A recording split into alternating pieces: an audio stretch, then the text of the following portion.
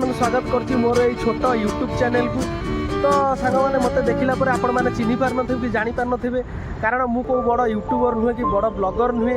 तो सांग मैंने तापर भी मु कहबाक चाहूँगी मो ना विनोद कुमार, मो घर होची केन्द्रापड़ा जिले में। तो पढ़ापढ़ी कथा कहबा गले सांग मैंने मोर पढ़ापढ़ी बहुत दिन आगु सरलानी। तो गाँव में एमती काम नाला एमती बुलूली भाविली कि यूट्यूब रे गोटे छोट परिवारटे बनवाई। तो से आज स्टार्ट करदे ब्लॉगिंग। तो ब्लॉगिंग तो स्टार्ट करदे आपण मानकर भल पाइबा सपोर्ट टिके पाई।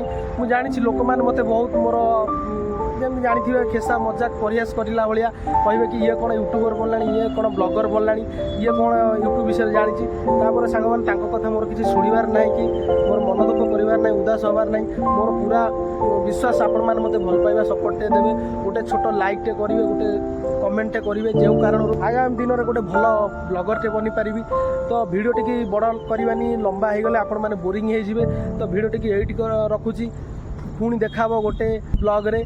तो सांग मैंने भिडियो टी बहुत माने साहस करी बनईची, इे सियाड़े देखुची किए काले देखीदेव से लगी फास्ट ब्लॉग से टे नर्भस लगुच। तो आपण मैंने मत भल सपोर्ट करेंगे। भिडियो भल लगे रोचे, धन्यवाद।